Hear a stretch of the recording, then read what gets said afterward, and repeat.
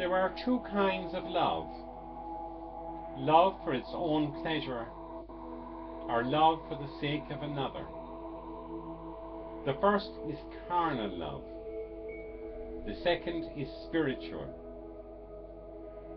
Carnal love knows the other person only in a biological moment. Spiritual love knows the other person at all moments. In erotic love, the burdens of the other are regarded as impairing one's own happiness. In spiritual love, the burdens of others are opportunities for service. Somewhere along the line, the modern world has been duped and fooled into giving the name of love to some vague obsession which parades itself in every billboard advertisement, reigns in the film industry, puzzles dramatists who must solve triangles short of suicide, make novels bestsellers, perfume so exotic as to be unfit for a king, and humour more spicy. Love has become so vulgarized, so carnalized, that those who really love are almost afraid to use the word.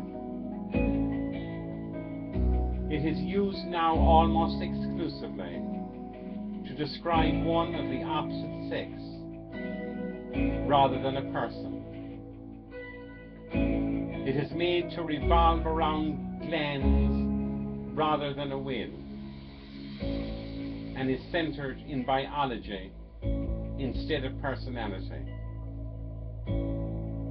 Even when it disguises itself as infatuation for another, it is nothing else than a desire to intensify its own self-centeredness.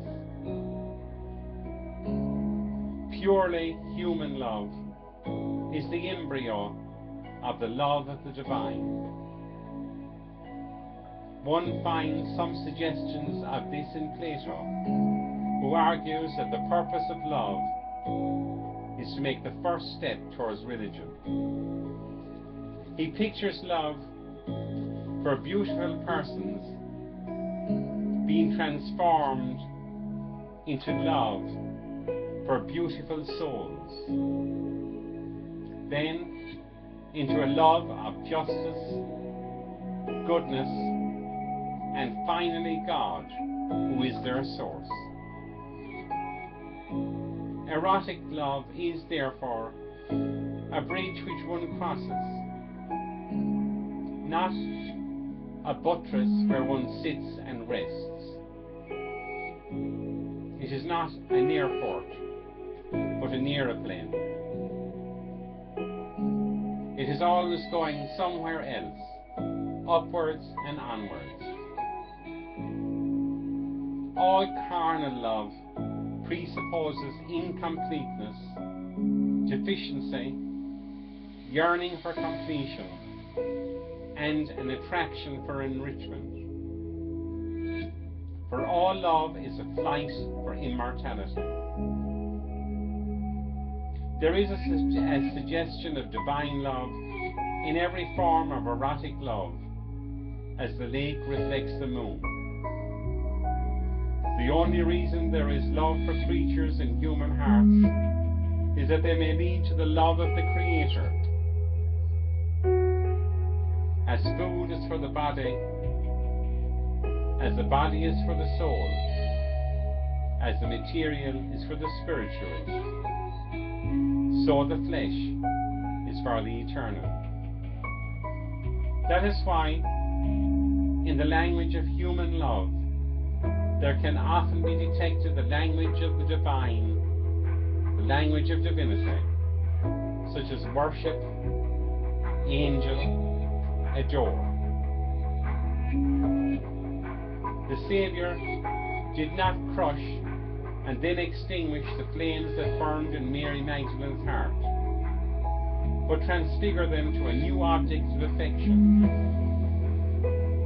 The divine commendation that was given to the woman who poured out the ointment on the feet of her Saviour reminded her that love which once sought its own pleasure can be transmuted into a love that will die for the beloved. For that reason, he referred to his burial at the very moment her thoughts were closest to life.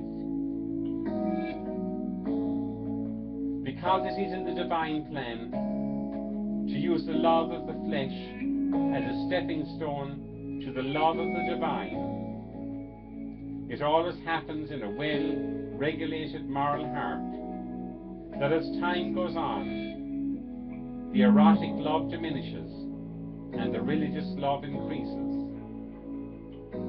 That is why in true marriages, the love of God increases through the years, not in the sense that husband and wife love one another less, but that they love God more.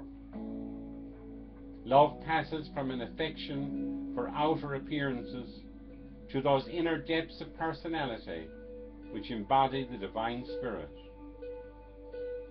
There are few things more beautiful in life than to see that deep passion of man for woman, which begot children, as the mutual incarnation of their love, transfigured into that deeper, passionless passion and wild tranquility which is God.